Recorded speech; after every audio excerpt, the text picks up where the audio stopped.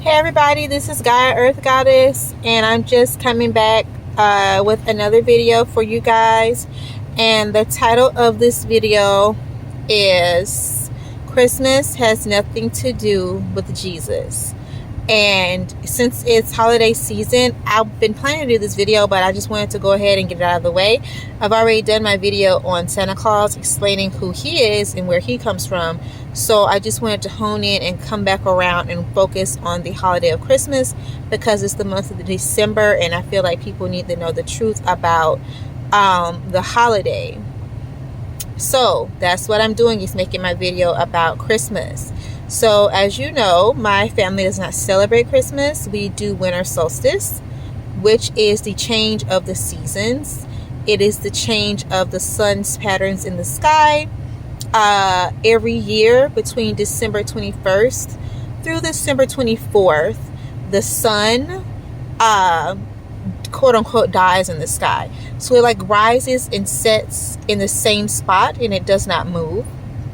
And then on December 25th, the sun moves 1 degree upward, bringing in warmer weather, and eventually it's going to bring in spring. So that's why we celebrate on December 25th, because that is the day when the sun, it hangs in the sky in one spot, and then on the December 25th, it moves up 1 degree. And because of that, we celebrate, because it's going to keep moving up and up and up and eventually bring in spring. And that is the true meaning behind the winter celebrations. Most winter celebrations in the northern hemisphere are between December 21st, 22nd, 23rd, 24th, 25th, because these ancient civilizations, they recognize the movements of the sun in the sky, and they recognize and realize when the sun was stopping its regular movement and when it started again and what it meant. So all of these celebrations stem from us recording the sun and recording what the sun did, and just being observant when it came to the celestial bodies in the sky, what was happening with the seasons. It was, you were celebrating winter, but you were already also celebrating the light of the sun. The light of the sun was eventually going to bring the warmth of the sun. And so the tight grip that winter had on the earth, it was beginning to loosen. Even though it was in December and it only moved 1 degree, the sun was eventually going to keep moving up and up until we had spring again. So you had a celebration of that. So that's where these celebrations came from. The lighting of candles represent the light of the sun. In Europe, people who celebrated winter solstice were called the pagans. Pagan is an umbrella term. It can be used for people who practice witchcraft, sorcery. It can be used for people who are considered druids. It's a very big umbrella term. So people think that it's people who worship the devil, and it's not. These are just people who were in tune with the earth, celebrated the earth, were in tune with the celestial bodies in the sky, like I said earlier, took records of these things and celebrated when these bodies did different things that they knew were going to directly impact our lives. So the thing with Christmas is, and how Jesus got involved, is really it's a tricky story, because the Roman Catholic Church, they took Jesus, who was a real person, but he was just a obscure teacher, and he didn't really have a large following. He had a following, but not a large one. And what happened was, the Romans were the ones who set out to crucify Jesus, because they weren't crucifying Jesus because he was holy and the Son of God and all of that. The Romans didn't like Jesus because Jesus was Greek. Jesus was not actually Jewish. That's why his name is Jesus, and his name is Greek because he was Greek. And not only was Jesus a Greek, he was also the heir to the throne in Egypt. The reason why he was heir to the throne in Egypt is because this is the time period when the Greeks took over Egypt. When the Greeks took over Egypt, Jesus was heir to the throne. He never made it to the throne because he went on the run and became a fugitive, because the Romans pushed their way into Egypt and started killing members of the royal family and the nobility because they wanted to take them and take the throne from them. So Jesus' mom, she ended up committing suicide because she didn't want to be killed. Same thing with Jesus' biological father. He ended up committing suicide. Okay, so when the Romans came in and he didn't find Jesus, they spent years trying to find him. Jesus had to escape Egypt when he was about 12 or 14 years old. He went to the East. When he went to the East, he learned about enlightenment and Buddhism from the Asians and the monks who lived there. This is why the teachings of Buddha and the teachings of Jesus align, because Jesus learned everything he knew from Buddhists. He went to Asia because he hid there because he had to stay there for a number of years until the heat supposedly died down in Egypt so he can come back home. Now, mind you, his bloodline is from Greek. So it's Greek. So it's from Greece, sorry. So he's Greek by blood, but he was born and raised in Egypt. So after things died down, by the time things died down, Jesus was an adult. He went back to Egypt and he took on a Greek name, because his real Greek name was Ptolemy. But then he took on another Greek name, Jesus, as like an alias, because he was in enemy territory. By the time he got back to Egypt, the Romans were taking over, and he was the last person they had to eliminate to truly take over the throne, because he was heir to the throne. So as long as Jesus was alive, the Romans still didn't have a hold on the throne. They had taken it over, but if Jesus was still walking around alive, he was still technically the heir, so they still had to eliminate him. So he knew this, so he went back to Egypt. He had this alias and all this kind of stuff. When he got back to Egypt, he started teaching people what he learned from Buddhism over in Asia. Mind you, he went to Asia when he was about 12 or 14 years old, between those ages. By the time he got back, he was in his late teens, early 20s, okay? So he had spent a large amount of time over there. When he came back, he, of course, started teaching people, hey, this is enlightenment and Buddhism and blah, blah, blah, blah. And people started saying, oh, there's this Jesus guy, and he's teaching all this new stuff. Because we're Egyptian. We're Egyptian and Jewish. It's just Jews and Egyptians there. Okay, so they had never heard of this type of spiritual system before. So also, side note, the reason that Jesus called himself Jesus is because he believed that he was the incarnation of the god Zeus. And so the letter J was not invented until the 1600s. So prior to that, Jesus' name was pronounced Jesus. And the term Jesus comes from the words Hail Zeus. So he literally named himself Hail Zeus to give reverence to Zeus, because he had been trained by his mother and other people in the Greek nobility in Egypt to believe that he was the incarnation of Zeus and therefore the heir to the throne. He was the heir to the throne, but being the heir to the throne to them meant you were the incarnation of Zeus. That's why he called himself Hail Zeus, which was later shortened to Jesus, which was later shortened to and became Jesus. Okay, so that's why that was his name. So eventually the Romans caught wind of him being in Egypt and did this whole campaign to finally track him down.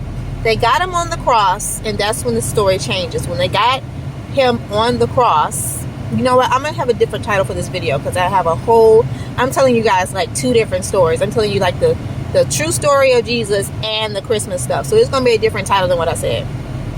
Anyway, so when the Romans caught up to Jesus, they knew exactly who he was. They had to kill him because they couldn't let him take the throne. That is why he was crucified. Well, he was not the Son of God. Everybody knew he wasn't the Son of God. He was a spiritual teacher guy who came back, could not be quiet, and walked around teaching people till he caused so much attention to himself, gained a following of people, not a large following, but a following, and became popular. And when he did that, the Romans caught wind of who he was. put two and two together because he was calling himself Hail Zeus like an idiot, and figured out who he was. So they caught up with him and crucified him. This is where the story gets interesting. Now in the Bible, of course, which was written by the Roman Catholic Church, who want you to think they won, they said, okay, so what happened was that he supposedly was taken off the cross. They went to this cave and he rose from the dead after 3 days or some crap. That's what they teach you. But that's not actually true. What happened was when the Romans crucified Jesus, which actually happened, he did not die. That is something that everybody needs to know. Jesus did not die on the cross. He did not die on the cross. Okay? He was still very much alive. When they took him down, Mary Magdalene and his adoptive mother Mary took him down. Mary in the Bible is not his birth mom. That was the mom, his adopted mom when he was in Asia, because he needed a guardian because he was a child. It's a whole nother story for a whole nother day. I'll make another story about his adoptive parents. His real mom was Greek, and if you want to know, it's actually Cleopatra, and they needed a guardian for him. So Mary was his guardian while he was in Asia, because he was a child. He needed a guardian. So mind you, Cleopatra couldn't get him off the cross because he was already dead. Mary and Mary Magdalene came and they took him off the cross, and they did it at night. And when they took him down off of the cross, they took him to a cave. Hold on. This car is close. I hope they don't hit me. Anyway, they took him to a cave and they started working on him because he was not dead yet. And if the way you know that they were working on him to heal him is to take note in the Bible where it talks about the ointments and the herbs that they used while he was in the cave. The ointments and herbs and things they used while he was in the cave are the same herbs and ointments that were commonly used during ancient times for healing. If he was truly dead, it would have been a whole nother set of oils, herbs, ointments that would have been used. They would have used things for the dressing of a body to be buried. But they didn't do that because he was still very much alive. They hid in the cave with him for 3 days to get his strength back up, and then they escaped. By the time they escaped, the Roman soldiers caught wind that, well, they had already caught wind, it had been 3 days. But by the time the Roman soldiers had caught up to where they were in this cave, turn my heat off, I'm cold, I'm hot. By the time the Roman soldiers caught up with them, 3 days later, they had escaped. They had just missed them. Okay, and according to the story, Jesus escaped into what is now called Europe, and there is records and indication that he escaped into what is now called France, and that is where the Romans lost track of him. They don't know what happened to this day. They don't know what happened to him when he got to France. They know that there's a lot of evidence. They don't even know if he truly went there, but there's a lot of evidence that he was there, that his bloodline was there, that he had children there and a family, blah, blah, blah. They don't know where he's buried. They lost track of him. So Romans were the first Christians. They created the Roman Catholic Church, and they did not create the Roman Catholic Church because they loved Jesus. They hated him. They were the same ones who crucified him, or tried to crucify him. They couldn't stand him, but they knew that Jesus had like this following within Rome, within Egypt, of people who had been listening to his teachings. And the thing with Jesus is, instead of Jesus saying, hey, I went to Buddhism and I learned all of this and this is what this is, he claimed these teachings as his own. So he stole all of these teachings, which is crazy. But he never told anyone, because that's why the teachings of Buddha and the teachings of Jesus are the same, because Jesus hijacked all of Buddha's teachings, all the teachings of Buddhism, and claimed these as his own. So he went, they lost track of him in Europe. By that time, he had a following. So the Roman Catholics said, okay, since we got a pretty decent amount of people who know this guy, he's popular, He's gained a lot of attention because the things that he is teaching and preaching about are different than what the Romans and the Egyptians believe and what the Jews believe. So we're going to work this. We're going to keep tabs on his followers, because if we keep tabs on his followers, maybe his followers will be able to slip up and let us know where he went. But maybe something will happen. We're going to keep tabs on these followers. So they decided to deify this Jesus character. Okay? Now, just because I know I'm all over the place, but other things keep coming in that I learned. So I know that I told you guys that Jesus comes from the term Hail Zeus, and that Jesus' name is really Ptolemy, but he was also known as Caesarion. Look up the story of Caesarion, because his father his name was Caesar, and that was also his nickname. So I'm just giving you references to look up this person. And also Ptolemy is spelled with a P. It's Ptolemy or something like that. Anyway, so I'm not going to stop this video, even though I'm jumping all over the place. I'm going to keep going. So anyway, it's always 16 minutes in, so I might as well just keep going. So anyway, they was like, okay, we're going to work this. We're going to have a Council of Nicaea. There were 2 Councils of Nicaea, and that is where they sat down and decided to deify Jesus. He had never been deified before. Up to this point, everybody and their mom knew that Jesus was a regular person, a regular man who stole all his teachings from Buddha and was walking around teaching these same teachings throughout certain parts of Europe and certain parts of Egypt. This is where they deified him and made him godlike. They declared him the Son of God. They declared him a new deity. And they declared that everyone was going to fall around and worship this person. They got a lot of backlash for it. So this is what they were pushing. So you have to realize Romans, Greeks, Egyptians were polytheistic. They had more than one deity that they honored. People say worshiped. I say honored. But these deities that they honored in their pantheon all had a day, at least one day a year, where they were honored and celebrated. So they had to make this Jesus guy seem real. So they had to give him some days, some honor days. Okay, mind you, he didn't have any honor days because he's not God. He's not the Son of God. He's a regular dude.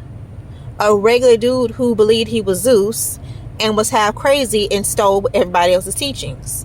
So they had to pull this off like he was a deity, and they had to give him a day. So they said, a Roman Catholic Church said, fine, this is what we're going to do. We're going to give him 2 days in the year. We're going to give him a birthday and a death day. So they decided to give him a birthday. Guess what day that is? Christmas. So they looked on the calendar. All the pagans and all the different people in Europe, they were celebrating this and that. And they noticed that the pagans had this day where they celebrated the sun in the sky from December 21st through December 25th. And so they decided to pull that holiday off of the calendar that had been an ancient pagan holiday for years, that celebrated the sun and nature for years. And they decreed that this holiday from then on out was going to be a holiday to celebrate the birth of this new fake deity, Jesus. And that is how, and they renamed it Christmas or Christmas. And that's how they were able to pull this off. Now, when it first started, they got a lot of resistance from the pagan community where they were. And so they decided to fix that by telling people, hey, the pagans are evil. They worship the devil. They're this and this and that. But pagans were never evil. They were just fighting back, saying, you can't take our holiday. This is winter solstice, and make it about your fake deity that you're making up to control, because they wanted to deify him to control the masses. Because if everybody is leaning on Jesus, if everybody thinks that Jesus is the Son of God, and he's the only one, he's the savior, they don't know they can save themselves. So that's what they did. The second holiday, the death holiday, was Easter. That is the holiday that they took and turned it into a death holiday. Mind you, Jesus didn't have anything. He was obscure. He wasn't well known. He had a following, but he wasn't as popular as you guys think he was. He didn't have a huge following. Okay? It was like make a god. It was like build a god, like build a bear. Like they were like piecing this guy together as like the son of God. Like they were just scraping up scraps. And so they took Easter, which is a holiday that celebrates the goddess Ishtar. And her symbols are eggs and bunnies. And she celebrates fertility. She celebrates growth and light. And she had this day, and it was her day, and the pagans celebrated, and they weren't worshiping the devil. They celebrated her, this real life goddess. Celebrated her. They took the holiday, and they were so lazy. They didn't even try to change the name. They kept the name as Ishtar. Easter is the English version of the word Ishtar. The name, the daggone holiday is still named for her. And they said, oh, this is the crucifixion of this character. And then the pagans are looking at him, them like, what are you talking about? No, it's not. This is not the goddess Ishtar. And this is how Jesus got on the map. This is how Jesus was pushed down people's throats. And this is how he got his birthday holiday and his death holiday. And neither one of them holidays had originally had anything to do with him. So this is just the true story of Jesus. I'm touching on Jesus, Christmas, Easter, everything. Because I don't even know what I'm going to call this video. I just know that I have to slice it up, the title, so that you know all what I'm talking about. Because I cover so much stuff, but it leads into everything. But this is just the backstory for all of this. They created the Jesus entity. They gave him divinity because they wanted him to be like at the forefront. They wanted to use this religion to control the world. Because in Christianity, you are so dependent on God and Jesus. You are not allowed to think for yourself.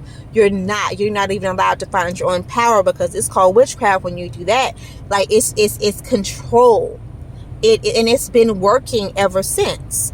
It took a long time for Christmas and Easter to catch on, but when it caught on. To this day, when you walk up to someone in the store and you ask them, or anywhere, what is Christmas? They're going to say it's Jesus' birthday. They're going to say Easter is about the resurrection. You cannot get people to wake up to the fact that it's not. So it's still very much ingrained in people. But I just wanted to stop and just make this quick video about it and to talk about it. I know this is the longest video I think I ever did, but I'm going to chop this up and I'm going to see you guys later. And you guys, happy winter solstice, which starts on the 21st of December. That's what me and my daughters are going to be acknowledging and celebrating. Not no Jesus stuff. And yeah, and happy holidays if you celebrate anything else other than Christmas. I'm not going to say anything about that. But yeah, I will see you guys later. And yeah, bye-bye.